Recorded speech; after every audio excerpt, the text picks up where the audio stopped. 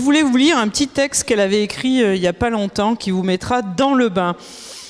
Elle dit « Je suis Mercedes Serra, catalane et française, née à côté de Barcelone et arrivée en France à l'âge de 6 ans. Dans la France des années 60, je porte le prénom d'une marque de voiture. Difficile et singulier, et au fond, je me suis construite avec. Je tombe très tôt amoureuse de la langue française et deviens professeure de lettres, avant de réaliser que je suis davantage faite pour l'entreprise et d'entrer à HEC. Je rencontre mon métier, la publicité, à la faveur d'un stage et ne la quitterai plus. Effectivement, vous êtes aujourd'hui la fondatrice de BETC, première agence française de publicité et présidente exécutive de Havas Worldwide. »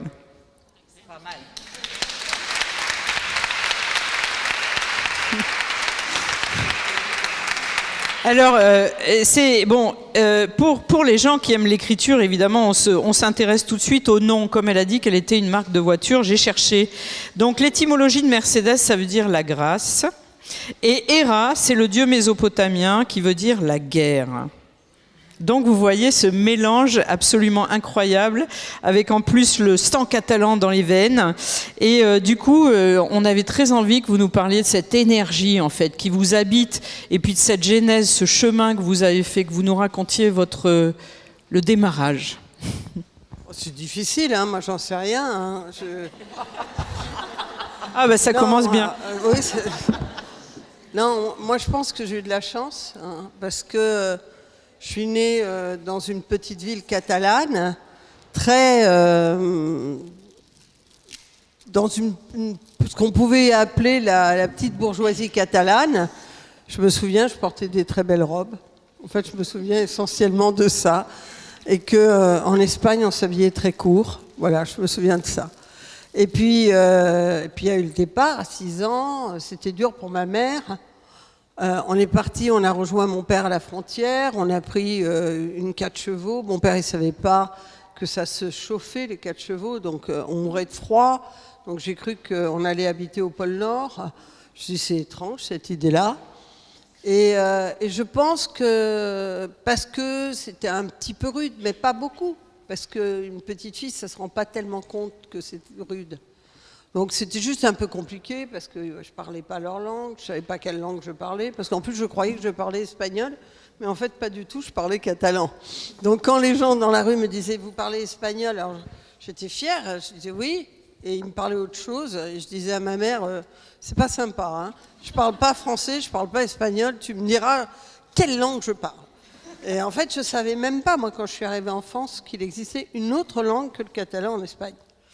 Donc quand on arrive, quand on est un peu agité, quand les enfants se moquent un peu de vous parce que vous n'êtes pas pareil, que votre maman, elle trouve ça compliqué, que vos parents font des commentaires. Parce que quand vous habitez un pays, en gros, vous n'allez pas faire des commentaires, vous habitez le pays. Mais moi, ma maman et mon papa, ils disaient des trucs, alors ils disaient des trucs mélangés. Hein. Ma maman disait, mais il n'y a pas de poissonnier dans ce pays. Où ils savent pas, vraiment, ils ne savent pas couper le poisson. Donc ça me semblait assez grave. Et puis, parallèlement, mon père disait, mais on ne paye pas les soins en France. Et ça, ça m'a marqué aussi. L'école publique, c'est la meilleure des écoles et elle est gratuite. Donc tout ça, ça marque, je pense que c'est accélérateur pour une petite fille. Et puis ça vous apprend obligatoirement l'agnac. Je ne veux pas tous que vous immigriez, hein. Mais d'ailleurs c'était compliqué avec mes enfants. Je me suis dit, je ne vais pas quand même partir dans un pays pour leur faire la même expérience. Mais moi j'ai trouvé que cette vigueur-là, cette nécessité de s'adapter, ce combat dès qu'on a 6 ans, ou cette compréhension de ce qui se passait autour, parce que je regardais qu'est-ce que je devais faire, hein, parce qu'une petite fille qui arrive dans un pays, et c'est le propre de tous les immigrés, ça ne cherche qu'une seule chose, c'est à s'intégrer, à être comme les autres. Et ma maman, elle ne m'habillait pas comme les autres, elle m'habillait comme une petite Espagnole, c'est-à-dire avec plus de goût que les Français, franchement. Franchement. Et moi, j'étais très joliment habillée, mais je disais à ma mère, ça t'embête de m'habiller comme elles, quoi. Elles ont une blouse en plastique rose, je veux la même. Elles n'ont pas d'ourlet, ça traîne dans les pattes, je veux la même chose. Ma mère était effrayée. Mais moi, je voulais qu'une seule chose. Mais c'est le propre, c'est le conformisme. Quand vous avez lu le conformisme, vous connaissez la vie de toutes les petites filles et petits garçons qui immigrent. Ils veulent être de leur pays. Donc ça donne la patate. Hein. En gros, ça simplifie la vie, ça vous décomplexifie les choses, vous avez envie d'être dedans. Je pense que ça m'a aidé. Et alors du coup, vous apprenez le français Très vite. Très vite. Vous adorez la langue française. Ah oui, j'étais obsédée. D'abord, au début, j'ai pas appris. J'ai parlé à l'école un peu. Ils se moquaient. Donc je me suis dit, je vais me taire. C'est vraiment la seule époque de ma vie où je me suis tue. Hein. Mais je me suis beaucoup tue, à tel point que la directrice de l'école appelait ma mère en disant, elle a pas un problème autre. Je disais pas un mot. Mais 6 mois après, j'ai appris en fait avec France Inter. J'écoutais tout. J'apprenais tout. Quand j'ai parlé, je parlais mieux français que les Françaises. Parce que c'est normal. Quand vous apprenez une langue de l'extérieur, vous accélérez. Quand vous êtes toute petite comme ça, vous accélérez. Et après, comme j'étais obsédée par le français, je croyais qu'on ne pouvait faire qu'un métier. Quand on réussissait, c'était prof de français. Ça me paraissait le métier unique possible pour moi. Vous l'avez vite abandonné. D'abord, je l'ai fait. Donc, les études de lettres, c'est magnifique. J'ai adoré mes études de lettres. En plus, j'étais dans des drôles d'endroits, des hippocagnes, des cagnes, où globalement, ils vous disent que vous êtes nul, que vous n'êtes pas Proust. Enfin, moi, je pleurais tout le temps. J'étais triste de ne pas être Proust. Donc, voilà. Donc, ça, c'est un enseignement. Il y a des gens à qui ça fait beaucoup de mal.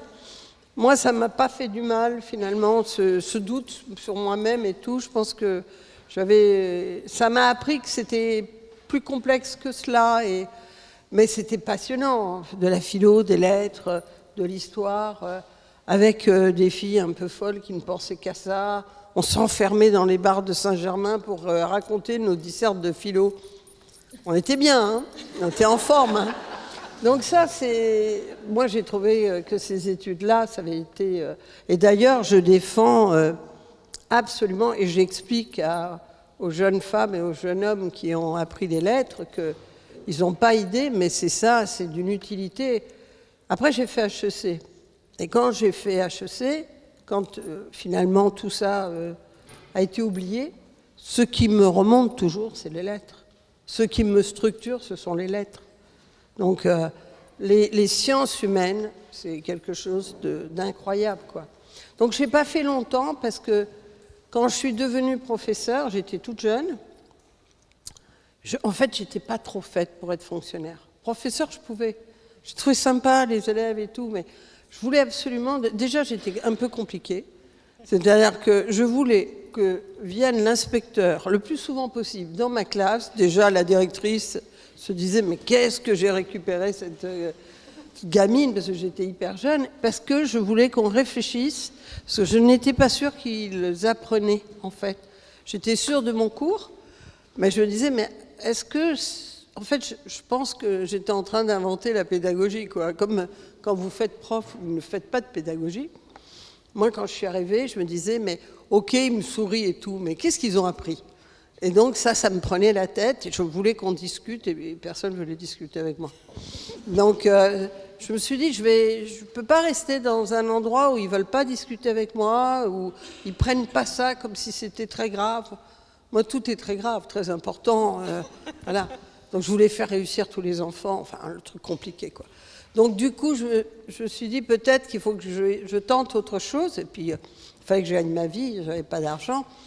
Donc pendant l'été, j'ai préparé le concours d'HEC, et puis on est tellement bien formés en hippocagne et cagne que je suis rentrée là-dedans. J'ai juste appris un peu de comptabilité, mais c'est génial, l'épicerie, j'ai tout de suite compris que j'avais compris. Et donc voilà, c'est pas très compliqué. Et après, j'ai fait ça, et voilà. Et alors donc, vous choisissez la pub en sortant d'HEC, vous rentrez chez Saatchi, puis là, en fait, c'est le seul moment où vous avez été stagiaire. Après, vous avez été patronne. Ben, en fait, non, j'étais déjà une formidable stagiaire. Parce que je n'ai jamais considéré que j'étais quelque chose qui est Enfin, les gens, c'est pas eux qui décident ce que je suis, quoi. Donc, je suis ni stagiaire, ni chef de pub, ni rien. Je pensais que j'étais responsable. Donc, ça, c'est hyper grave. C'est-à-dire, je rentre dans une agence et je crois que je suis responsable de l'agence. Et comme je suis stagiaire, ils sont assez étonnés. Mais en fait, ça marche. Parce que tous les gens ne veulent pas des responsabilités. Et d'ailleurs, moi, je n'ai pas de théorie sur ce qu'il faut faire. À mes enfants, j'ai jamais dit... j'en ai un qui me fait craquer et qui m'a dit un jour, « Maman, on est obligé d'être chef ?» Je lui ai dit, pas du tout, hein. T'es ce que tu veux. Et plus récemment, il m'a dit, il y a un truc qui est clair, c'est que je ne veux diriger personne. Je lui ai dit, bon voilà, tu as raison, tu fais ce que tu veux. Donc moi, j'ai pas de théorie. Mais en tout cas, j'ai senti que ma maladie un peu de surresponsabilité, puisqu'il arrivait un truc à la boîte, je croyais que c'était de ma faute, donc c'était très grave, comment je pouvais faire. Bon, bah c'était rare en fait. Si vous avez plein de gens qui... Vous voyez, quand vous avez un problème, les gens disent plutôt c'est la faute de qui et tout. Moi, je croyais que c'était la mienne, donc ça a accéléré les choses. Et comment ça s'est passé? Parce que hier, il y avait un garçon qui nous disait faut éclater les portes, en fait. Faut foncer, etc. Bon, les filles, on ne sait pas toujours bien faire ce genre de choses. Alors, comment avez-vous fait pour escalader toutes ces marches? D'abord, je n'ai pas pensé que j'escaladais. Parce que j'étais plus orgueilleuse que ça. Hein. Je voulais tout de suite un métier qui m'intéresse. Ça, c'est très fille. On est capable d'être moins payé pourvu que ça nous intéresse. Il ne faut pas faire ça, mais on fait ça toutes. Dans mon métier, par exemple, aujourd'hui, j'ai plus de mal à recruter parce qu'il y a des salaires plus élevés ailleurs. Bah, c'est toujours les filles qui disent « Ah non, mais c'est trop intéressant et tout. » Elles sont sympas, quoi. Et voilà. Les garçons, ils disent « Oui, mais si c'est pas payé, je m'en vais. » Donc, il faut être au milieu, quoi. Hein. Faut quand même surveiller. En fait, je pense qu'on a été habitués, on se rend pas compte, mais on a été habitués, les siècles des siècles, à ne pas être payé. Donc, quand on est payé un peu, on est content. Voilà. Donc, faut pas faire ça. Faut bouger. Mais en tout cas, moi, j'ai pas fait un plan de carrière. En revanche, je comprenais pas du tout. C'était très important pour moi de travailler. Dans ma tête, j'avais de la chance, en fait. J'avais vu mon papa et ma maman. J'avais trouvé que ma maman, c'était plus fatigant que mon papa. Parce qu'elle était à la maison et tout, je trouvais ça plus fatigant. Mon papa, il allait à l'extérieur, il avait l'air content. Donc je me suis dit que c'était plus facile. Donc moi, j'ai voulu faire comme mon père, hein. Plus facile. Et je le pense toujours. Et donc, d'abord, c'est agaçant pour les grands patrons qui m'entourent quand je dis que c'est plus facile que de faire le ménage à la maison. Mais je le pense. Je pense que ce qui est plus difficile, c'est pour les femmes, c'est le poids qu'elles ont derrière elles, avec la vie, avec les enfants, avec les problèmes des enfants, avec les soucis des parents, avec tout ça. Après, le boulot, faut pas exagérer, quoi. Enfin, dans mon boulot, il y a personne qui meurt, hein. Donc, faut être calme. Donc, moi, j'avais idée que je voulais travailler. Je n'avais pas d'inquiétude sur le fait de la vie privée, la vie professionnelle. Ça ne me passait pas par la tête. Parce que je trouvais ça injuste par rapport aux garçons. Je me disais, mais lui, il a pas une vie privée, lui. Il n'a pas d'une famille, donc c'est comme moi. Donc, je peux travailler comme lui. Ou alors, il peut travailler comme moi. Mais je pense que j'avais au fond de moi-même le sens de l'égalité très, très, très fortement ancré dans ma personnalité. Et du coup, je me disais, bah oui, je vais travailler, etc. Donc ça m'a aidé. J'ai adoré bosser. J'adore toujours, pour être honnête. J'adore faire des trucs, quoi, que ça avance et tout. Donc, c'était pas si compliqué, même s'il y a des moments durs et tout, j'ai bossé. Et la seule chose que j'ai fait, c'est que quand je voyais qu'on allait me léser, là, je me défendais. Mais j'ai pas passé mon temps à me dire je vais faire carrière, je vais monter là. Je trouvais ça minable. Je trouve toujours ça minable. Tous ces gens qui... Moi, je voulais faire ce qui me plaisait. Et puis, si ça allait de mieux en mieux, voilà. Donc on est venu vous chercher pour chaque... Mais on n'est pas venu me chercher, vous savez, il n'y avait personne qui voulait en faire autant. C'est tout. Moi, je suis restée 14 ans dans la même agence. Donc, je ne savais même pas... mon patron m'a appelé et me disait « il faut qu'on change ton titre, parce que quand on te présente aux clients, c'est un peu juste. » Ah, je dis « bah oui, il faut changer mon titre, t'as changé. » Donc ça allait, quoi. C'était... Faut aussi... C'est pour ça que je dis que j'ai eu de la chance.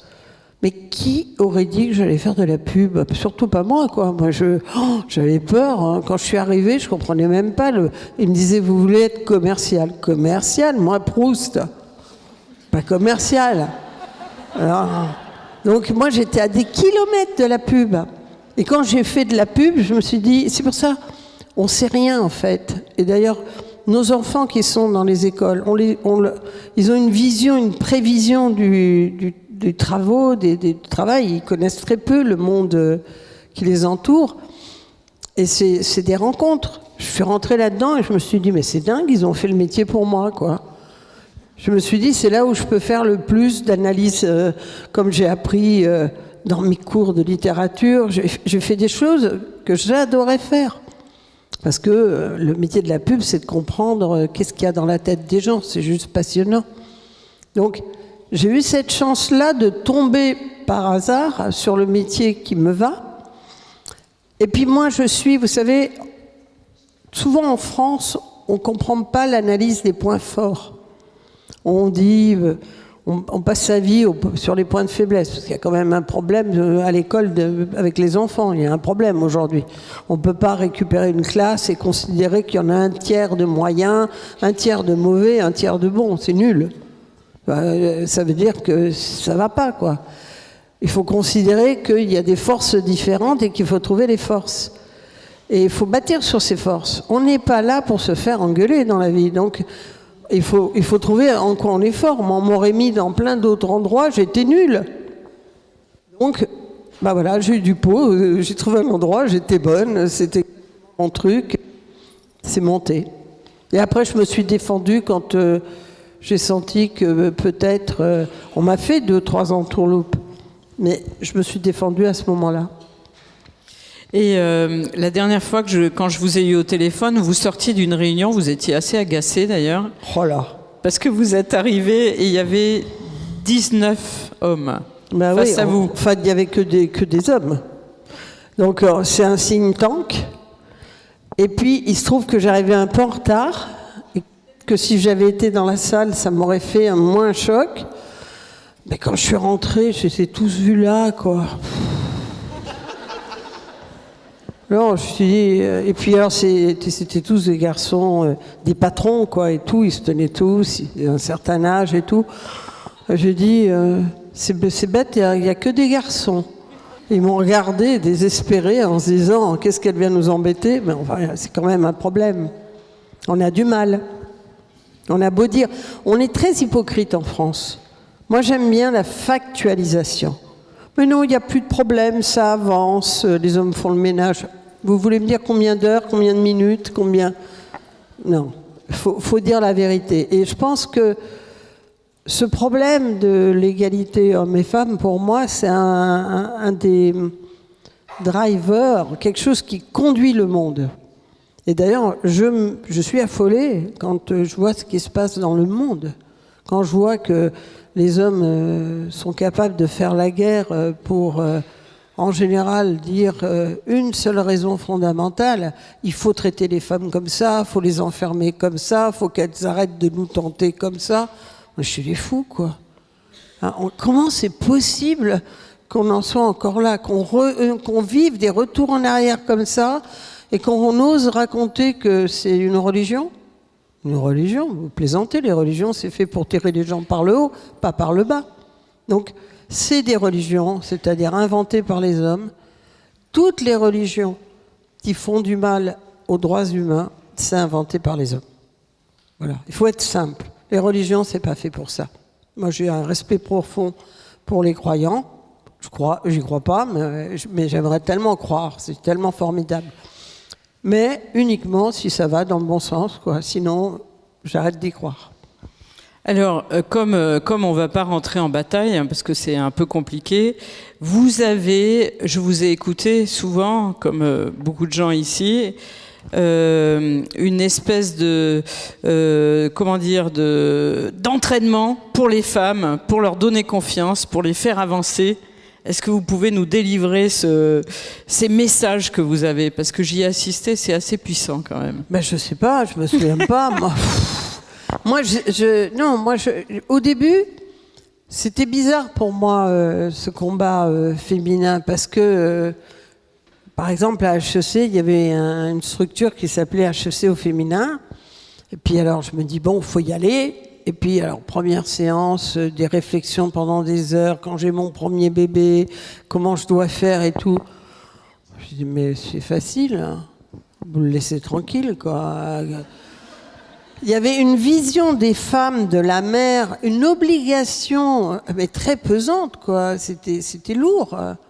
Donc moi, je sais que c'est culturel. Je sais, j'adorerais faire des cours dans les écoles, dans les grandes écoles, partout où il y a des femmes qui sont en train de monter pour leur expliquer la vraie vérité. Parce que personne ne leur raconte que la maternité, c'est aussi une histoire de culture. Qu'il y a eu des époques où on prenait son enfant, on le confiait à une dame à côté pour qu'elle le nourrisse. Est-ce que l'enfant devenait idiot, fou? Pas du tout. C'était culturel. Donc je ne recommande pas de revenir en temps ancien et d'abandonner son enfant pendant 1 an sans le voir, parce que c'était pas un problème. Mais les excès contraires, c'est un truc... Et puis deuxièmement, moi, comme cette vision de l'égalité est très importante pour moi, j'ai du mal à penser qu'un homme, il n'a pas une fonction très importante auprès de l'enfant. Et moi, ce qui est important dans la vie, c'est ce qui est concret. C'est pas de rien faire. Mais ça, je trouve, je vois pas quel rôle ça a. Quand les garçons au Women's Forum disaient « Ah, mais c'est formidable, disait le patron de Nestlé, 1 fois par semaine, je l'emmène à l'école. Qu'est-ce que vous voulez que je vous dise? Il va se promener, c'est sympa. Voilà. Bon, c'est pas ça, quoi, c'est pas sérieux. Donc, je crois qu'on gagnerait, les êtres humains gagnent, les hommes gagneraient à être des vrais pères, c'est-à-dire à prendre la moitié des emmerdes. Hein, c'est ça, être un vrai père. C'est pas quand il est malade, on s'en occupe pas. Plus un enfant est malade, plus le père s'éloigne. Non, mais ça va pas, là, faut faire un truc. Et je pense que les patrons d'entreprise, nos grands hommes, seraient plus brillants s'ils étaient un peu plongés dans le quotidien. Moi, j'ai toujours trouvé que, vous voyez, là, je rentre, vous êtes gentil, vous m'applaudissez, c'est quand même sympa, quoi. Voilà, c'est gentil, c'est sympa. Je détesterais gonfler au niveau de la tête. Eh ben, vous rentrez chez vous, tranquille, on vous a dit beaucoup de choses gentilles, vos enfants, ils s'en foutent, hein, ils considèrent que vous êtes leur maman. Il y a plein de choses à faire importantes, voilà. Moi, mon gamin, quand je voulais l'emmener, je lui disais « Oh, viens, je vais te déposer en taxi ». Il me disait « Ah non, tu prends ta vieille voiture, moi, je veux pas être vu dans ton taxi ». Ah ben là, j'étais avec la vieille voiture pour accompagner, parce que lui, il s'en fichait de tout ça. Ce qu'il voulait, c'est sa mère, et sa mère normale. Quand vous vous mettez à plaque, ça vous met à l'endroit, quoi. Il marche moyen, on va dire. Et moyen, c'est pas pour vous? Non, c'est moyen. Donc voilà, donc c'est vrai que je pense qu'on a besoin de... Alors au début, je me disais, mais c'est naturel, les filles vont se battre. Non, c'est pas naturel, les filles se battent pas, il faut les aider. Il n'y a rien de naturel, il n'y a rien qui vient naturellement. Donc il faut toutes qu'on contribue, tous si c'est possible. Mais je crois plus que... Parfois, on me dit, mais tu parles plus aux filles qu'aux garçons. Je dis, parce que moi, je crois que si vous voulez que ça change, ça va changer par les filles, pas par les garçons. Les garçons, c'est quand même bien d'être un garçon. De temps en temps, je voudrais bien être un garçon. Hein, c'est-à-dire, on rentre chez soi, on fait rien. C'est top, c'est top. Bon, il y en a un qui se sent pas du tout visé par tout ça, c'est celui qui est au premier rang. Là, c'est votre mari. Il faut Mon compagnon. Votre compagnon. Ouais. On a fait beaucoup d'enfants, mais on ne s'est pas mariés.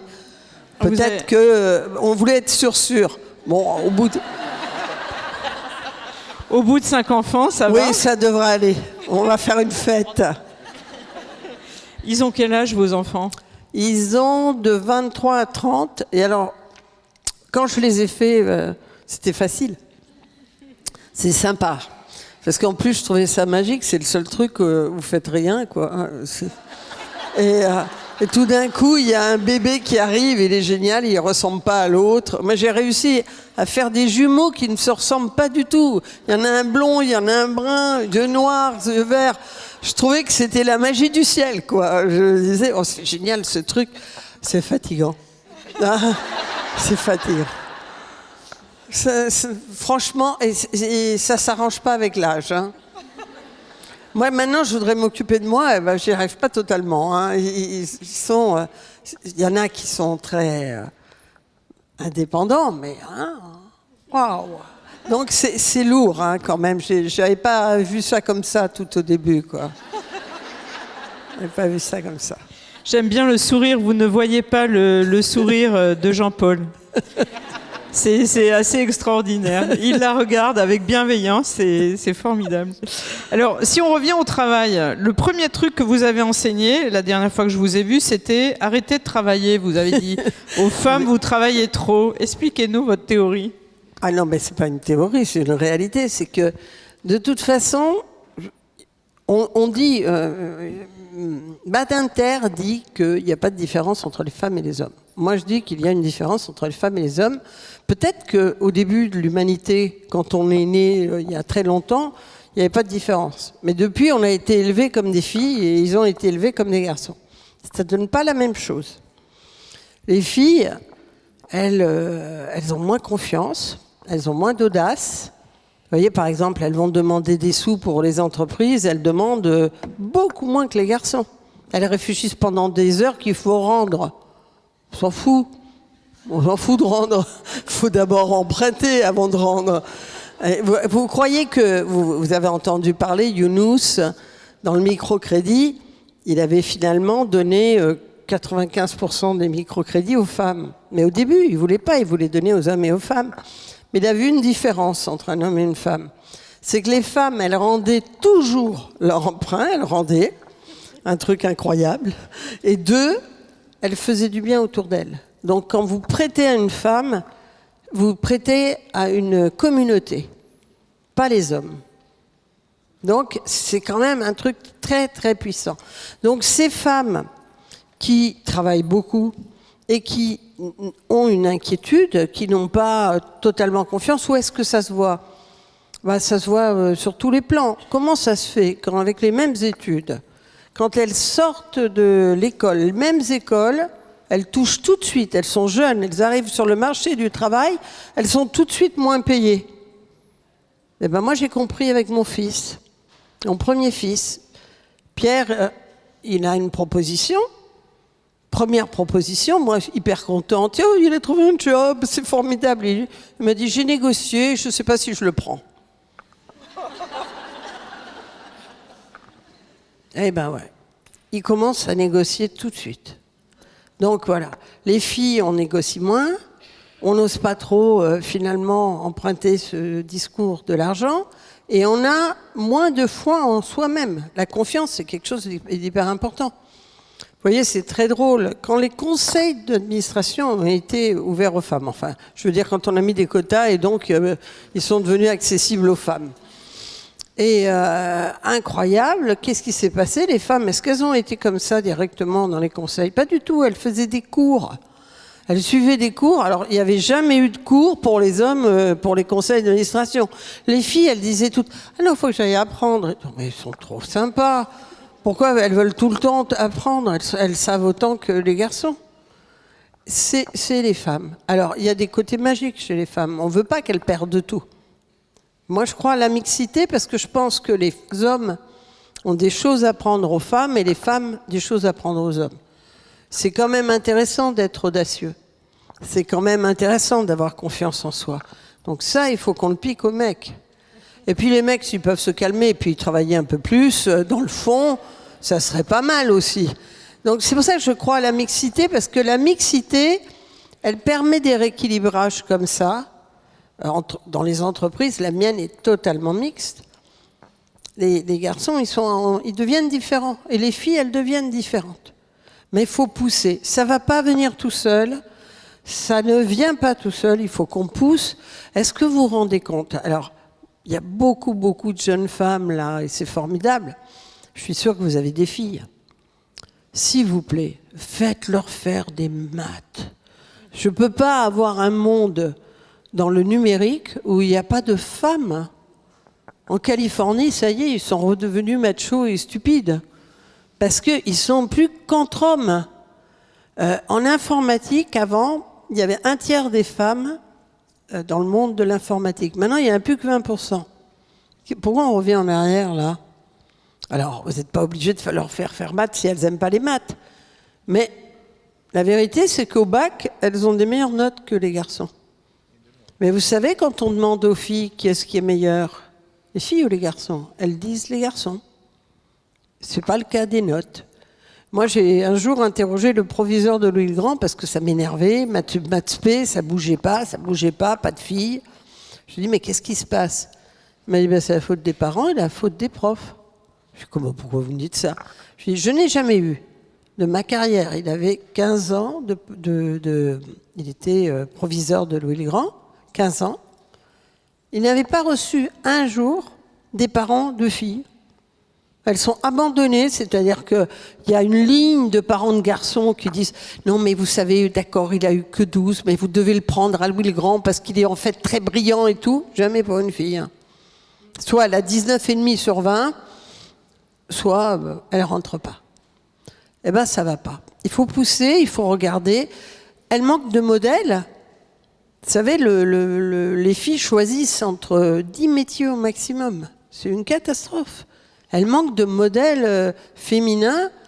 C'est pour ça que c'est important de montrer des femmes qui ont fait des carrières de sciences. Il faut éviter de leur faire peur en disant que c'est vrai que quand on les voit tous ensemble en maths sup, on a peur. Hein. Bon, il faut éviter, il faut trouver un moyen. On devrait mettre ça en obligation. Moi, je demandais, et j'irai voir le ministre de l'Éducation, parce qu'il faut qu'ils orientent plus. Il ne faut pas qu'ils fassent semblant de ne pas voir qu'il y a une éducation genrée. Il ne faut pas faire semblant de ne pas voir. Et on n'y peut rien. On ne va pas rentrer dans les familles pour mettre de l'ordre. Alors, il faut pousser. Donc, parfois, c'est un peu bête. On aimerait bien pas pousser, mais je vais vous donner un exemple. L'autre jour, on achète un appartement pour un de mes garçons. Donc, on visite un appartement avec un couple absolument délicieux, tout à fait intelligent, qui a une petite fille qui s'appelle Louise. Et on nous emmène dans la chambre de Louise. Et la chambre de Louise, c'était un chamallow, quoi.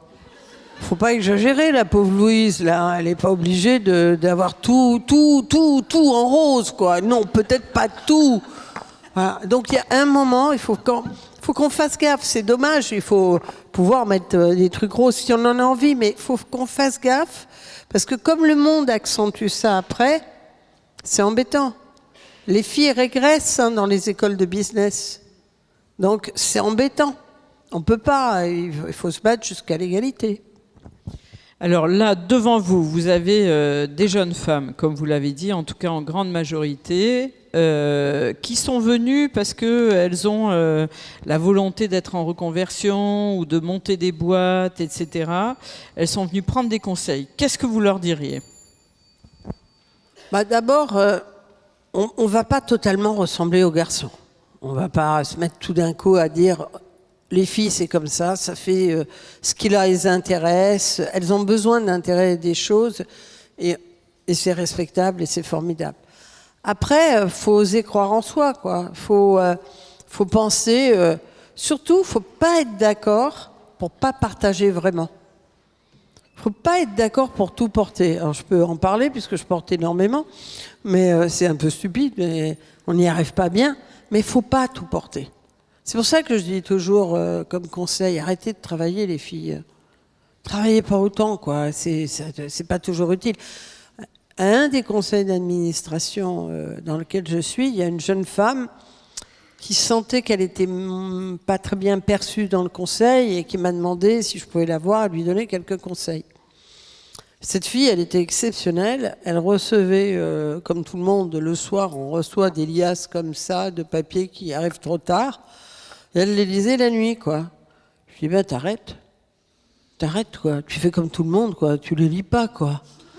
Elle les lisait, elle était fatiguée, et après, elle n'osait pas parler. Je lui dis, ça sert à rien, ton truc. Eux, ils parlent, ils n'ont pas lu. Et toi, t'as lu et tu parles pas. Alors, si tu pouvais inverser...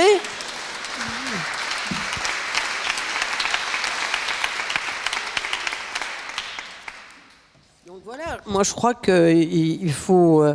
Il n'y a aucune restriction pour les femmes. C'est exceptionnel, une femme. Moi, quand je vois qu'une grosse quantité du travail humain est fait par les femmes, elles ont toujours travaillé plus que les hommes. Toujours. Hein, en France, elles font combien par jour ? 1h30, c'est beaucoup par jour. Ben, il faut essayer de travailler un petit peu moins. C'est lourd. Quand on parle de la charge mentale, c'est pas une blague. Hein. Moi, j'ai plein de filles à l'agence. J'ai plein de garçons. Je vois bien la différence. Hein. Elles arrivent, elles ont une liste de malades. On court après le temps. Pourquoi elles ne sont pas dans les médias ? Parce qu'on ne les appelle pas. Mais quand on les appelle... On leur dit, faut venir demain, parce que c'est comme ça, les médias, hein, à la télé, demain, et trucs, etc. Ah, mais je peux pas, je m'occupe de l'enfant, etc. Bah si, on peut, on a un mari. On lui laisse, parce que lui, il va y aller. Donc, il n'y a aucune raison, on partage, pas tout le temps, mais on partage. Donc, il faut quand même arrêter de culpabiliser. Quand vous avez un enfant fragile, on vous culpabilise, toujours la mère. Moi, j'ai récemment travaillé avec une psychologue à qui j'ai demandé, on a travaillé avec Catherine qui est avec moi, qui m'accompagne très souvent, et pour qu'elle écrive un bouquin sur la nouvelle psychologie. Elle s'appelle Jeanne Siofakin, je vous recommande le livre, parce que les psychologues, quand vous allez les voir, vous allez voir des gens... Il y en a des formidables, mais combien il y en a qui vous regardent comme si c'était votre faute à vous ? On ne sait même pas ce qu'a le gamin que c'est déjà votre faute. Et moi, j'ai un gamin un peu difficile, mais il me regarde, mais c'était n'importe quoi. Entre la psychanalyste qui me disait non, écoutez, vous ne devez pas intervenir. Alors je dis bon, j'interviens pas, ça, tant mieux, ça me repose. Hein. Voilà. Puis 15 jours après, qui m'appelait, qui me disait « Mais il ne vient pas !» Je dis « Ben oui, je sais, puisque je n'interviens pas. » À un moment donné, c'est pas la grande faute des mères, quoi. Hein. On découvre que l'autisme, c'est pas la faute de la maman qui aurait eu une crise d'amour ou je ne sais trop quoi avec le ventre plein. Il faut arrêter de dire des bêtises, quoi. Donc il faut chasser tout ça. Il faut croire en soi et avancer et toujours monter un peu l'ambition. Ne pas hésiter. Moi, j'ai une force, c'est que par exemple, mes objectifs, je fais n'importe quoi. C'est-à-dire, je me dis, 100, ça me plaît pas, je vais dire 150. Voilà. Ben, ça marche. Hein. Ils font 150 après. J'ai trouvé ça génial. Donc, il faut monter un peu les ambitions. Différence entre les petites filles et les petits garçons. Le sport, ça aussi, toutes ces jeunes femmes qui sont là, mettez, et les jeunes hommes, parce que j'en vois quand même, mettez votre fille à des vrais sports, quoi. Pas toutes à la danse, voilà. Pas toutes. Mais moi, j'adore la danse. Moi, j'ai eu un des fils... Un de mes garçons, alors c'était à l'envers, il voulait faire de la danse, hein, Jean-Paul, il voulait faire de la danse. Et qu'est-ce que on se fait convoquer tous les deux, et ils nous disent, vous savez, il y a beaucoup de filles. Alors, il y avait Louis à côté, et on lui dit, Louis, ça te pose un problème qu'il y ait beaucoup de filles ? Oui, il a dit, c'est top. Voilà, il est devenu danseur. Qu'est-ce que ça peut nous faire ? Mais les filles, c'est un vrai problème. On ne va pas toutes les mettre sans arrêt en tutu. Voilà. Déjà, dans les cours d'école, elles passent leur temps à jouer dans un coin à la marelle. Est-ce que vous avez réfléchi à ce que c'est une marelle? C'est rester dans une boîte, passer dans une autre boîte, rester dans la troisième boîte. Non, mais il faut qu'elles dépassent les boîtes, on s'en fout. C'est pas la même chose, c'est hyper important.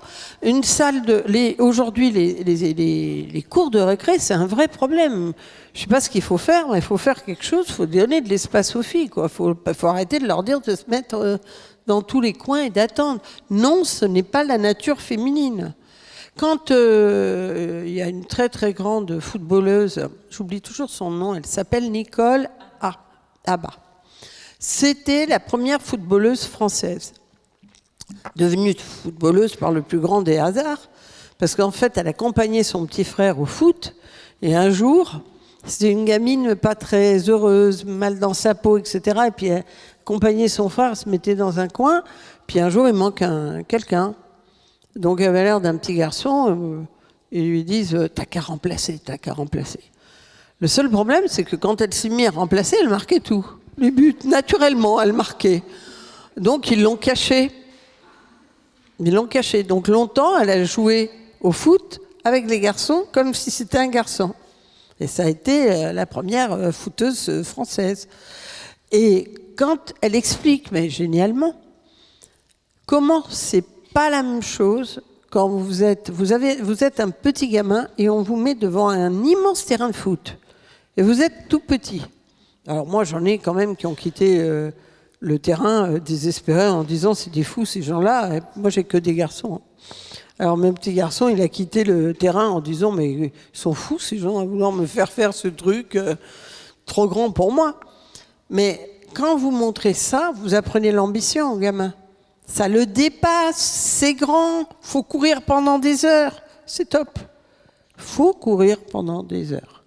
Donc il faut que nos gamines, elles sont formidables, elles doivent faire du sport. À la télé, il doit y avoir du sport de filles. Il faut tout faire pour qu'elles soient mieux payées. C'est une honte. Hein, c'est une honte, le sport féminin, en termes de... Et ça, c'est très important. Ça apprend l'audace, ça apprend... Je pense que le féminin et le masculin, ils s'installent toujours à un moment donné. Mais c'est bien au-delà de la problématique d'égalité. Vous n'avez pas besoin de créer des structures d'inégalité pour que le féminin et le masculin s'installent. Et puis la vie est plus compliquée que ça. Il y a des filles qui sont comme ci, il y a des mamans qui sont comme ça. Pourquoi est-ce qu'on veut que tout le monde soit exactement pareil? Que l'amour d'une mère, il doit être dans le même ordre. Moi, quand j'étais enceinte, tout le monde voulait me coucher. Mais je fais ce que je veux dans la vie, je me couche quand je veux. J'étais là, ah oui, mais il y a la sécu, je sais pas trop quoi, mais je m'en fous. Ça va, je le porte avec moi.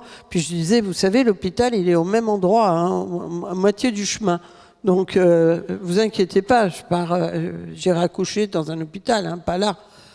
Mais il n'y a pas de liberté, alors qu'il y a des gens qui vont ressentir des choses différemment.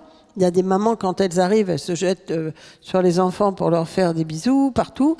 Moi, j'avais une manie, c'est qu'il fallait que tout soit rangé. Donc, il fallait tailler les crayons, enfin des trucs obsessionnels, quoi. Mais après, j'étais tranquille. J'avais l'impression d'avoir fait un truc formidable pour les enfants. Tous les crayons de la fratrie étaient taillés. Il y en avait 120, j'assurais. Non, mais voilà. Mais chacun est comme il est, c'est pas grave. L'amour, c'est un truc très personnel. Donc moi, je pense que les conseils, ils sont simples, c'est formidable. D'abord, il faut bosser, premièrement. Moi, je suis encore de la vieille époque. Il faut que tout le monde essaie de gagner de l'argent. C'est plus pratique. Et c'est une des choses que je fais à l'agence quand j'ai l'occasion d'être avec une des jeunes femmes, etc., c'est que souvent, je lui donne les dates moyennes de la vie d'une femme. C'est-à-dire, tu feras un enfant à 29, 30 ans, à 32, 33, premier divorce. Ah bon? Eh ben ouais, tu sais, ça arrive. Hein, et, les dates, vous factualisez. Donc, tu as intérêt à gagner de l'argent. c'est pas pour rien qu'on dit qu'aujourd'hui la paupérisation, elle est du côté des femmes, parce qu'elles gardent leurs enfants, elles perdent leur mari et elles n'ont pas la pension. Donc, vous savez quoi? Moi, je pense que les êtres humains, ils sont tous faits, hommes et femmes, pour être indépendants et pouvoir avoir la liberté de l'amour. Et la liberté de l'amour, c'est le travail. Donc, il faut bosser. Moi, j'y crois beaucoup. Il faut élever les petites filles pour qu'elles ne doutent pas qu'il faut bosser, parce que ça prend la tête. Je pourrais m'arrêter, je pourrais... Oui, enfin, moyen. Un jour, peut-être. Un jour où il y aura l'égalité, peut-être. Le jour où les hommes s'arrêteront, peut-être. Ça sera bien. Hein, parce que moi, je me bats là pour le congé paternité. Le vrai congé paternité, pas la blague. Hein, c'est-à-dire pas... je prends 10 jours, il y en a qui vont faire du sport pendant les 10 jours et tout, top. C'est pas fait pour ça, un congé paternité. Un vrai congé paternité, comme dans les pays scandinaves, ça veut dire que la femme, elle a 3 ou 4 mois, et l'homme, il a la même chose, pas aux mêmes dates, et s'il ne le prend pas, il le perd. Bon, ils le prennent tous. Hein. Donc, il faut aller vers des... Et ça, c'est très important, parce que vous donnez, à ce moment-là, vous faites des mesures qui sont bonnes pour les hommes et pour les femmes, et vous n'accentuez pas un clivage.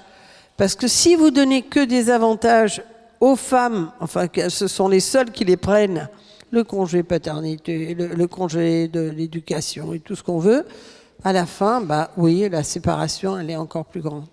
Moi, franchement, je pense que moi, je fais assez confiance dans les hommes pour progresser. Je leur fais confiance. Ils vont y arriver, ils vont arriver à s'occuper d'un enfant, même bébé. J'y arrive très bien. Alors, les femmes, vous avez ou participé à la construction du Women's Forum avec Aude de Thuin, qu'on a reçu d'ailleurs ici souvent, au moment de ses succès, après ses succès. Ça fait partie de la formation aussi, de partager les choses difficiles. Est-ce que vous pouvez nous raconter cette aventure et puis tout ce que vous faites à côté, Fondation Elle, tout ce que vous travaillez sur l'innovation, etc. Alors, je n'ai pas que dans la vie comme obsession que les femmes. C'est important pour moi parce que je pense que ça changerait le monde.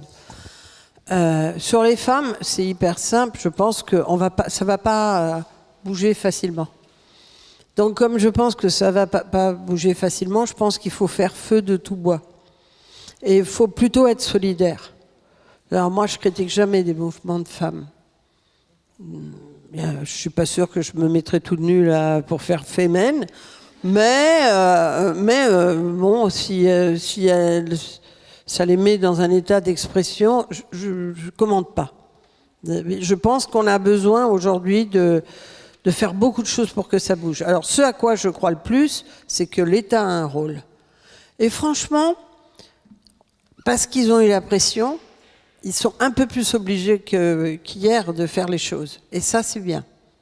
Vous voyez, le G7, là, la thématique, c'est l'égalité. On a suivi, en fait, c'était le Canadien, Premier ministre canadien, qui avait ouvert la voie. Et donc, on est en train de travailler sur les meilleures pratiques pour aider à l'égalité.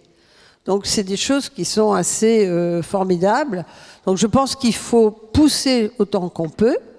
Après, je pense que c'est une bonne idée de céder. Et puis, c'est une bonne idée d'être honnête aussi. C'est-à-dire, c'est pas simple, tout, même si je suis toujours de bonne humeur, etc., ça n'a pas été si simple. Peut-être que j'aurais eu une autre carrière si j'avais été un garçon. Je m'en fous complètement. Mais peut-être. Je n'ai pas l'impression de vivre la vie de Maurice Lévy. J'y peux rien, j'ai l'impression de travailler beaucoup plus. Comme ça, parce que je suis une nana, parce que j'ai 5 enfants, etc. Donc, je pense qu'il y a tout ça à faire. Alors moi, ma façon d'aider, c'est que quand on me demande de parler de ça, même si je commence à connaître ce que je dis, ben, moi j'aime bien aussi parler de choses que je connais pas, quoi. Comme ça j'apprends. Mais je trouve que je dois le faire. Et que je dois échanger avec les femmes, et que je dois utiliser ma notoriété pour aller embêter tout le monde politique. Et je le fais avec une certaine grâce et constance. Ils me trouvent très chiante. Donc ça, c'est un des points importants. Donc chacune à votre niveau, c'est très très important. Les filles, elles ont besoin de parler. Elles ont besoin de raconter. Alors quand on a fait le Women's Forum, c'était passionnant. Passionnant. Parce que moi, je ne voyais pas d'autres femmes. C'est-à-dire que moi, dans mon monde, les gens du pouvoir, ils sont hommes.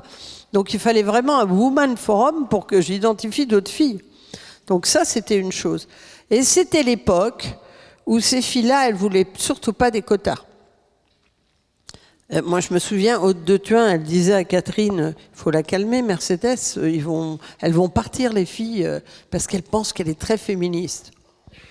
Alors du coup, je me calmais, je ne voulais pas les faire partir quand même, mais quand même, féministe, c'est pas un gros mot, quoi. Mais rappelez-vous, il y a 10 ans, c'était un gros mot. Quand Ça même. l'est toujours. Moins.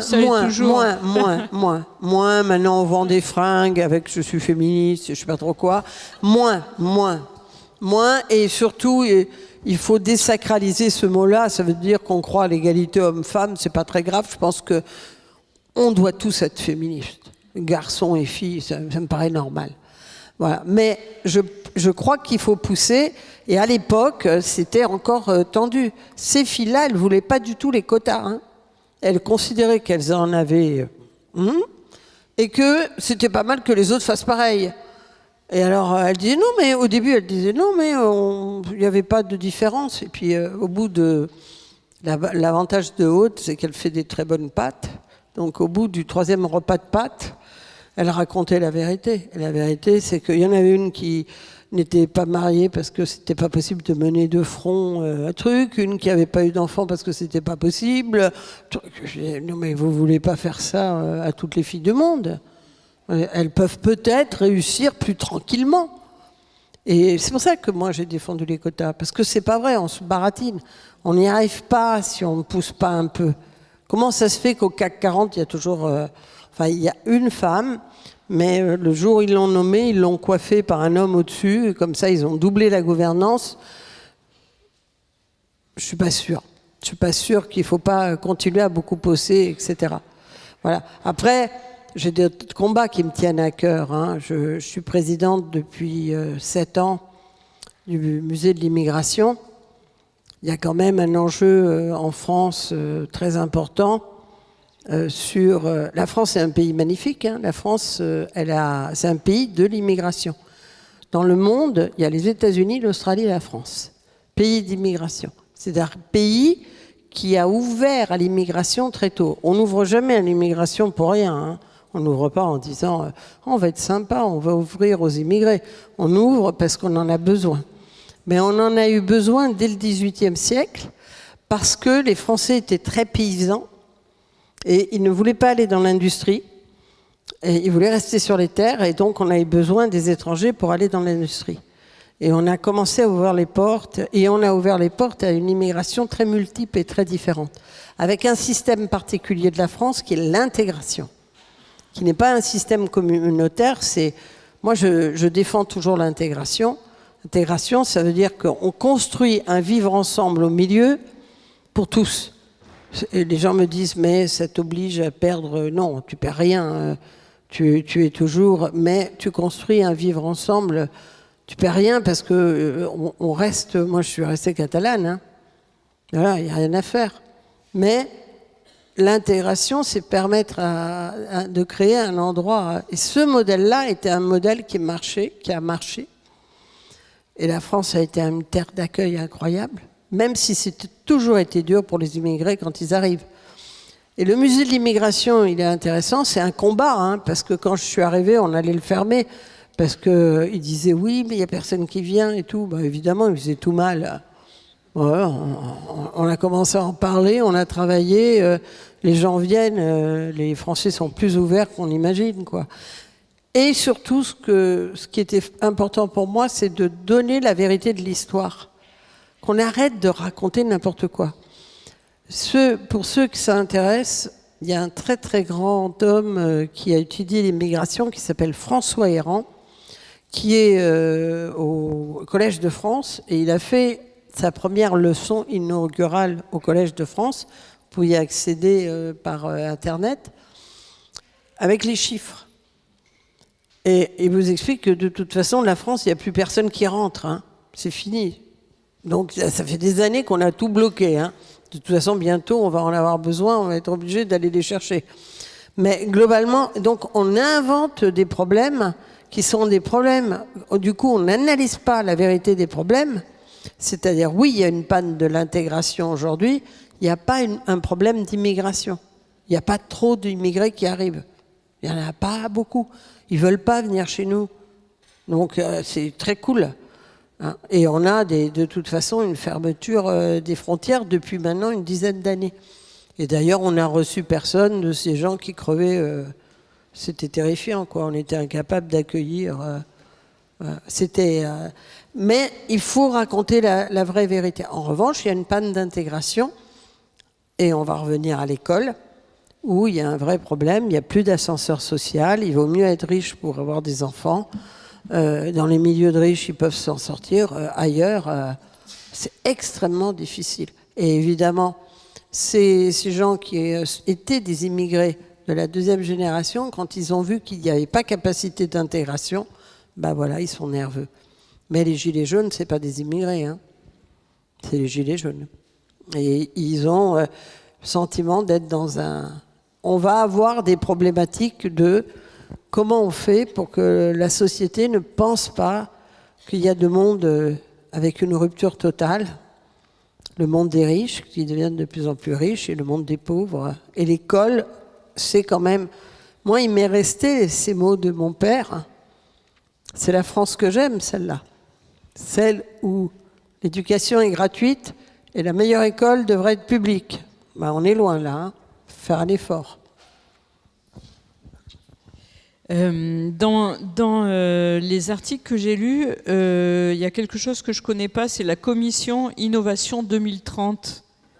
Qu'est-ce que c'est ? Ah, ça, c'est génial.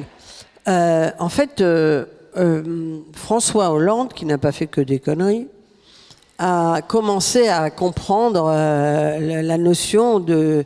Il fallait absolument relancer les startups en France, etc. Il faut savoir que la France, c'est un pays de très très forte création de start-up. On est très fort en France sur les start-up. Il n'est pas là notre problème. Le problème, il est au moment où on cherche de l'argent. Deuxième, quand on veut grandir. Et en général, comme on a des très bonnes idées, on est racheté par les Américains. Parce que les Américains, ils ont une vision de l'innovation différente de la nôtre. Nous sommes des inventeurs. Ça veut dire qu'on a des ingénieurs invraisemblables qui trouvent des trucs invraisemblables, géniaux.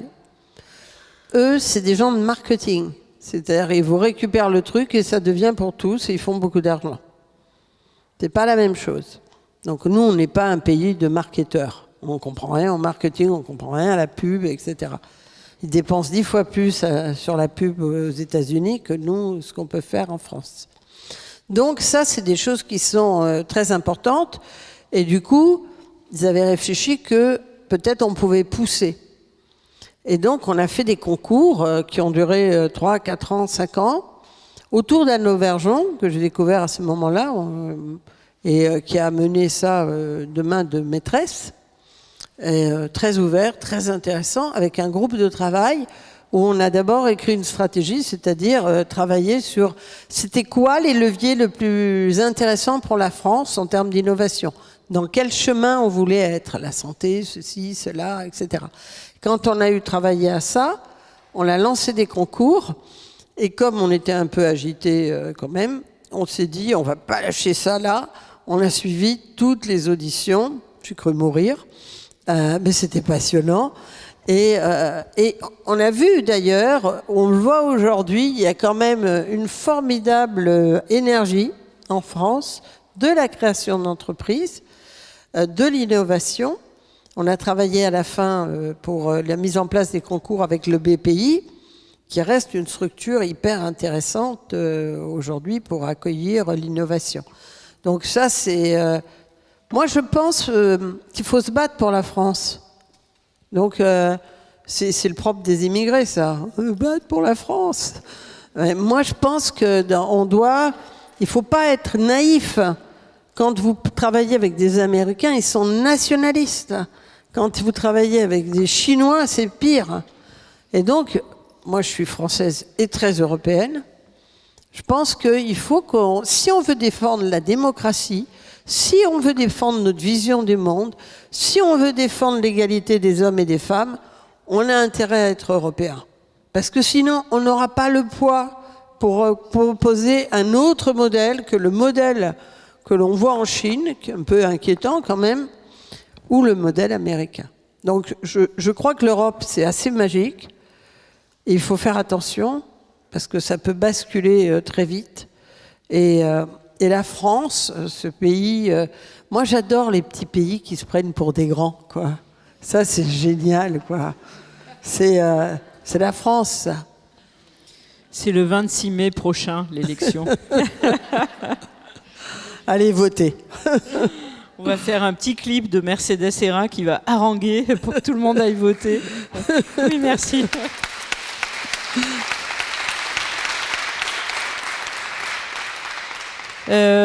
Juste une question, puis après, ah oui, on a presque plus le temps. Hein. Le temps passe vite avec vous. Quelques femmes inspirantes pour vous? Quelques femmes inspirantes. Elle n'est pas aussi narcissique. Hein. Non, moi je suis pas du tout grande dame, etc.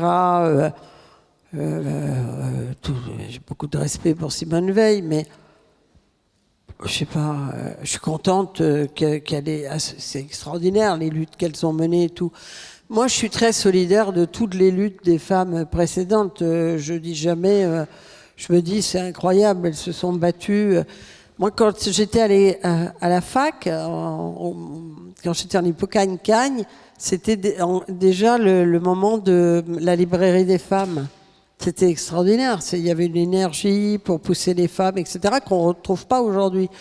Donc, et dans les écrivains, j'aimais aussi les écrivains féminins, les Colette, les George Sand et tout, parce que je sentais qu'elles racontaient un possible différent pour les femmes.